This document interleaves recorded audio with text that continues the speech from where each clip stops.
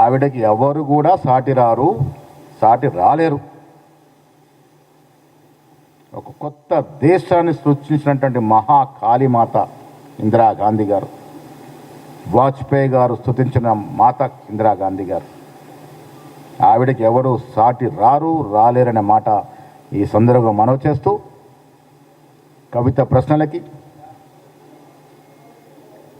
BRS నాయకులు జవాబు చెప్పలేని పరిస్థితి. వాస్తవాలు ఓపెన్ అయిపోయినాయి. ముడుపుల భాగోతం బయటపడింది. లోపాకార ఒప్పందాలు బయటపడినాయి.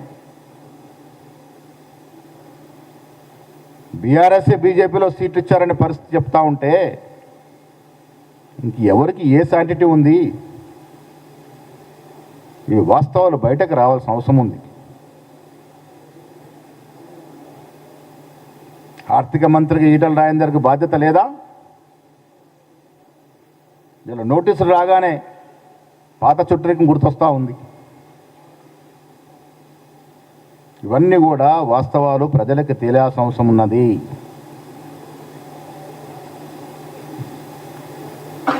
యుద్ధం మీద ప్రజలకు ఉన్నటువంటి అనుమానాలు నివృత్తి చేయాల్సిన బాధ్యత ప్రభుత్వం మీద ఉంది, కేంద్ర ప్రభుత్వం మీద.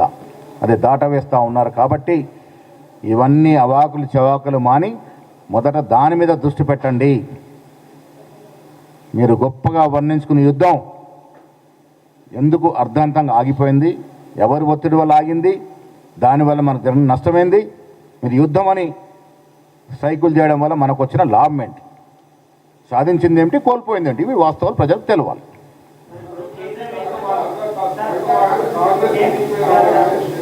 ఇప్పుడు కవిత కాంగ్రెస్లో చేరుతుందనే మాట ఎవరు చెప్పారో నాకు తెలియదు. ఈ పంచాయతీ 10 ఏళ్ళు వారు యథేచ్ఛగా దోసుకున్న సొమ్ము పంచాయతీలా కనబడతా ఉంది. నాకెవరో చెప్పారు ఇది వదినా మరదళ్ళ పంచాయతీ, వాటాల పంచాయతీ అని. ఆ వాటాలు వారు ఏదో ఒక సరైన టైంలో కేసీఆర్ గారు రంగంలో దిగి వాటాలు సరి చేస్తే పంచాయతీ అయిపోతుంది. దీంట్లో కాంగ్రెస్కి ఏం సంబంధము? ఇవాళ కాంగ్రెస్ పార్టీ ఈ రాష్ట్రంలో అధికారంలో ఉంది. బీజేపీ బీఆర్ఎస్ పార్టీ పని ఈ రాష్ట్రంలో అయిపోయింది.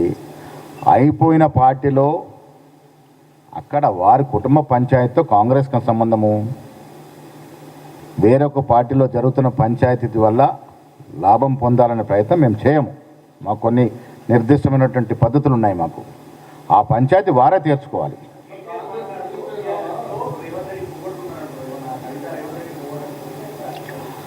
ప్రతి పార్టీలో వేరొక పార్టీకి చిన్న చితకర కోవట్లు ఉంటారు, సహజంగా ఉంటారు. ఇప్పుడు కవిత చెప్తుంది ఏంది? ఆనాడు బీజేపీ పార్టీకి ముడుపులు ముట్టాయని చెప్తుంది కదా, రాజాసింగ్ చెప్తా ఉన్నాడు కదా, వాళ్ళంతా కోవట్లే కదా.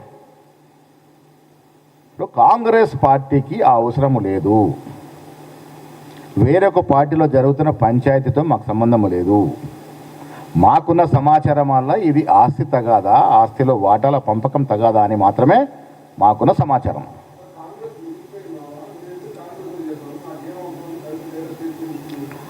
ఆవిడ కాంగ్రెస్లో చేరతానన్నది అసలు కవిత లెటర్ రాసింది ఎవరు తెలుసు? ఆ లెటర్ లీక్ చేసింది ఎవరు? ఒక పత్రికకి పార్టీ మారుతా ఉంది, కాంగ్రెస్కు రాయబారం పెట్టిందని లీక్ ఇచ్చింది ఎవరు? ఇవన్నీ కూడా తెలియాలి. మాకేం సంబంధము? మాకేం సంబంధము? ఊహించి చెప్తే చెప్పిండొచ్చు, కానీ ఆవిడ రాసిన లేఖ కాంగ్రెస్ పార్టీకి సంబంధమే లేదు. అసలు ఎక్కడ లీకేజ్ అయిందని వాళ్ళే చెప్పాలి. అయితే కవిత అన్నా లీక్ చేసి ఉండాలి.